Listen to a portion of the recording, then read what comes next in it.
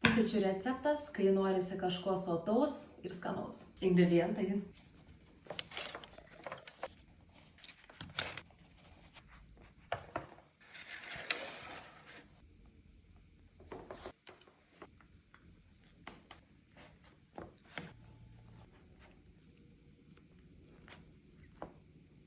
Tortukas mūsų paruoštas.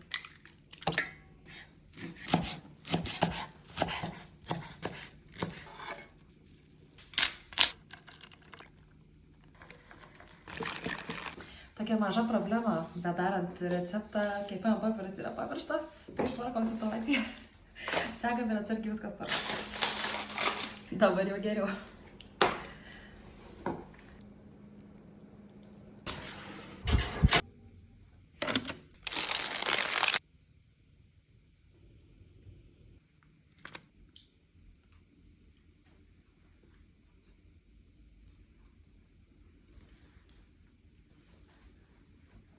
Pasigaminkite, žiūrėkit, nustebsite, kaip tai yra skanu.